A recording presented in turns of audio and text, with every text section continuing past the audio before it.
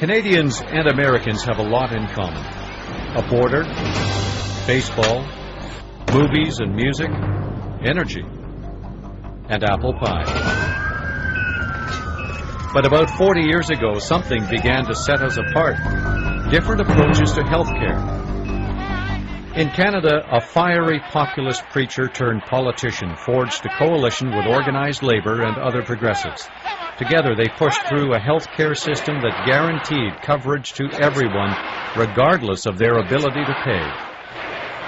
Surely there's nothing very complicated about this. Tommy Douglas, the father of Medicare.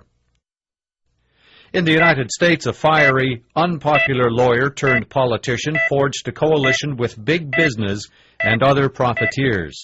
Together, they pushed through a health care system that denied coverage to everyone unless they were able to pay. It will not fail because of lack of money.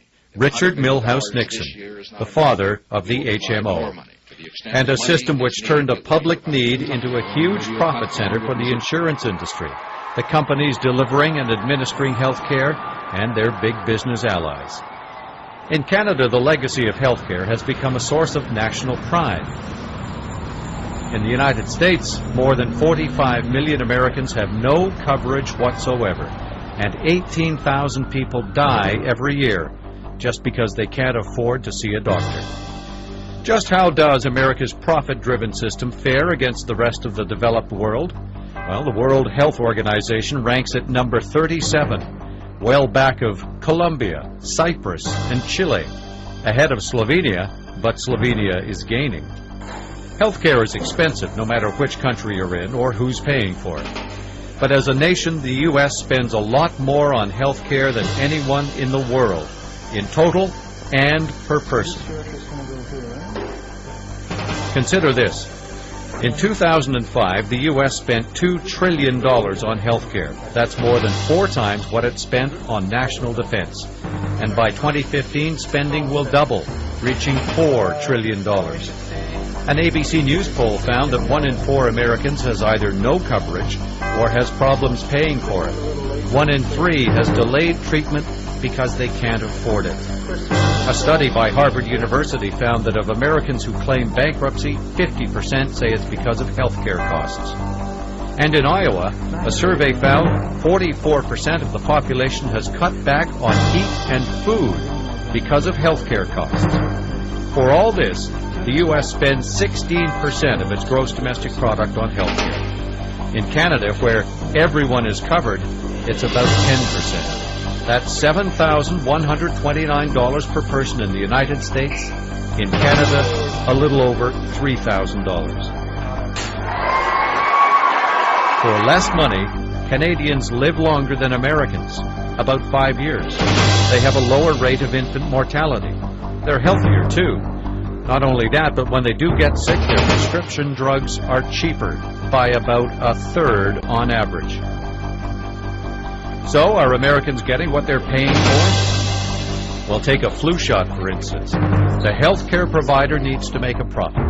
So does the company that provides the nurse, the company that sells the needles, the company that makes the vaccine, the laboratory where it's stored, and the hospital where the shot is administered.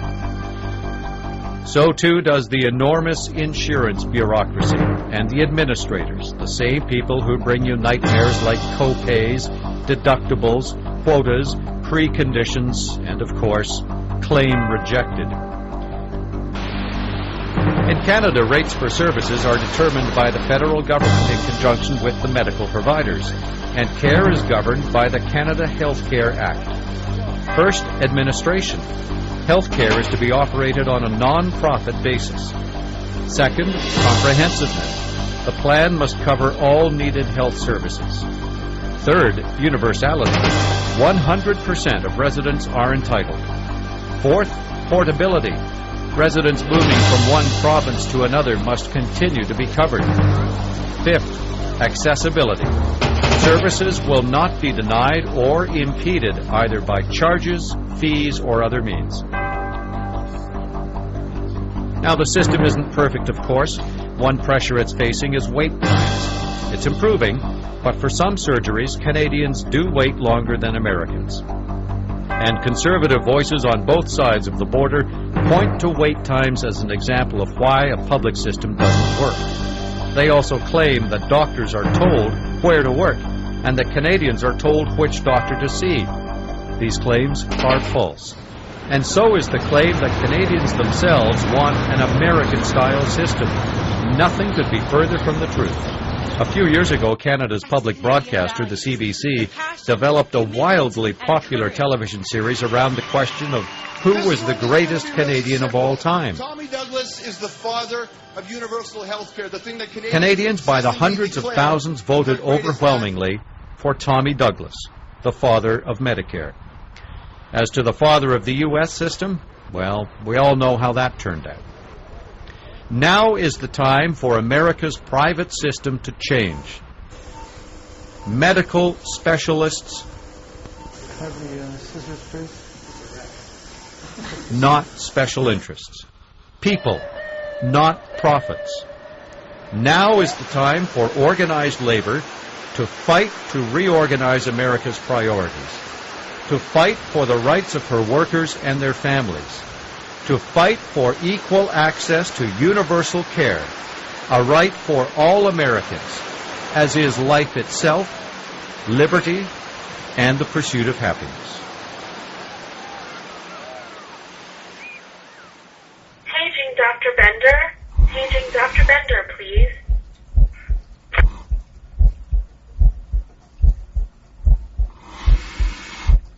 Paging Dr. Statement. Dr. Statement, please.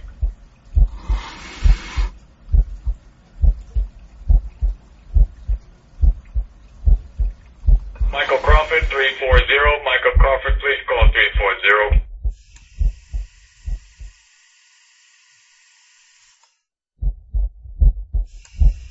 Blue team to ICU, please. Blue team, ICU.